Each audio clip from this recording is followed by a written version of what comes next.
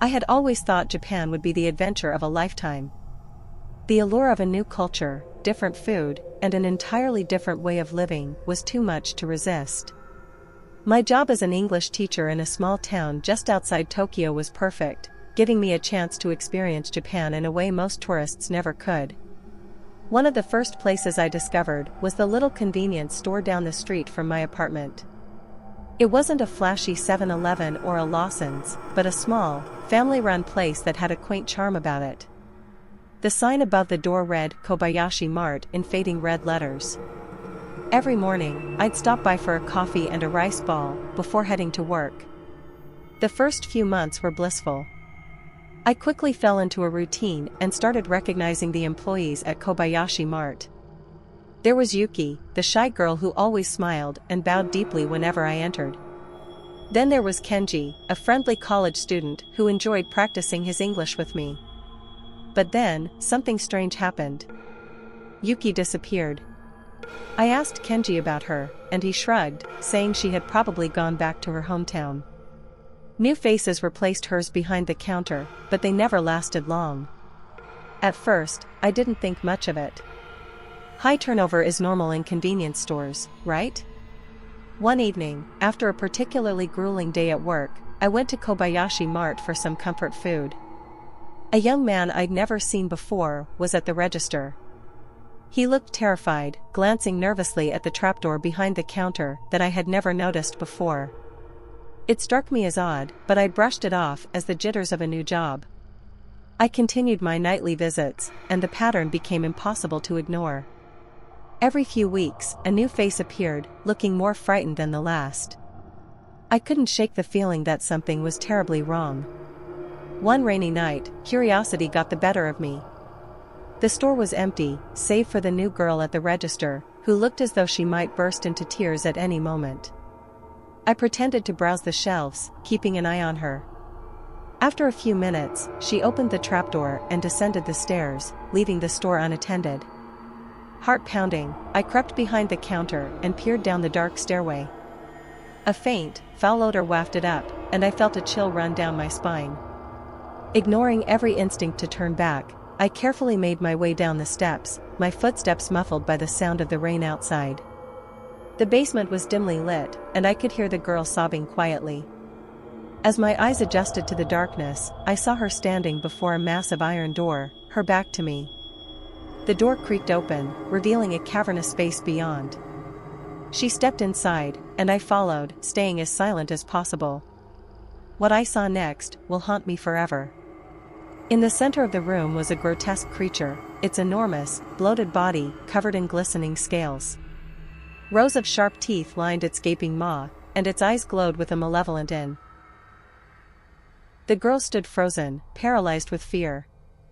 Before I could react, the creature lunged forward, and the girl's scream was cut short. I stumbled backward, my breath coming in ragged gasps. I turned and fled up the stairs, my mind racing with terror. I didn't stop until I was safely back in my apartment, locking the door behind me. My hands trembled as I tried to process what I had just witnessed. Kobayashi Mart was a front, a facade hiding something monstrous beneath the surface. The next day, I called in sick to work, my mind consumed by the horror of the previous night. I had to do something, but what? Who would believe me? The police? The locals? Everyone seemed oblivious to the sinister truth lurking beneath their feet. Days turned into weeks, and the nightmares plagued my sleep. I avoided Kobayashi Mart, opting for a longer walk to the nearest 7-Eleven instead.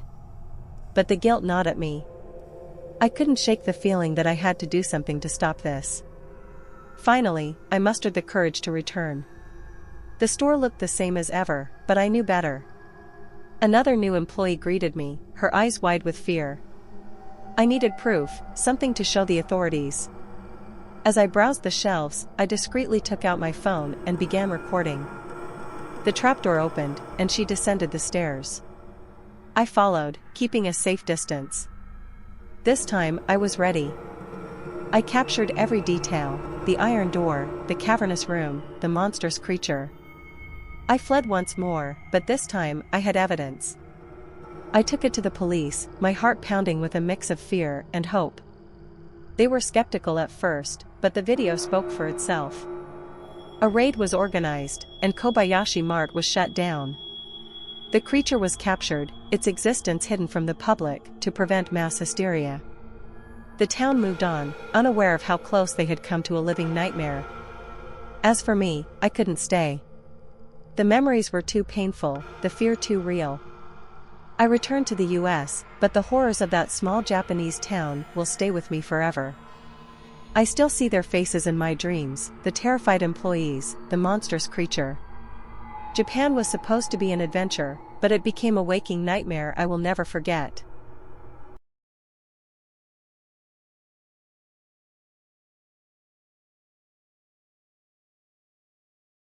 I worked graveyard shift at a warehouse doing security. My job entailed sitting in a box all night watching our surveillance cameras, listening to the radio, and logging in a semi-trailer once every 3 to 4 hours.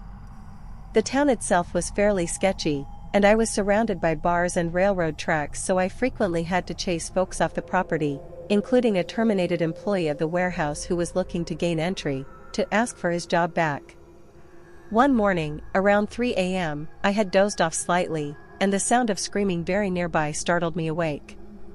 As soon as I was alert and frantically checking the cameras, it stopped, and I decided I had dreamed it. I nervously turned on my radio and started reading. About 5 minutes later, I heard it again, and it sounded like it came from the alley between the buildings. I froze, suitably terrified. It didn't sound like a drunk person goofing off, or a domestic disturbance. One of the houses in the area was known for this. It was distinctly male voice, screaming in a ragged, gaspy, repeated burst that would trail off into words that I couldn't understand, and at one point, the most hair-raising, psychotic laughter. It was a dark and rainy night, and I couldn't see anything on the cameras. So, being a tiny 19-year-old female with a bit of a Chihuahua complex, I grabbed my flashlight, phone, and pepper spray and searched the grounds for the source of the screaming. As I was returning, one of the regular night truck drivers pulled into the lot, and I got him to search the premises with me as well. We heard it again while we were in the warehouse, in the back part of the building near the train yard. It sounded like whoever/whatever it was heading up the tracks. The seasoned, tough trucker I was with said, "Jesus, that's creepy. Stay in the building tonight, and if you get in trouble for it, I'll talk to your boss in the morning."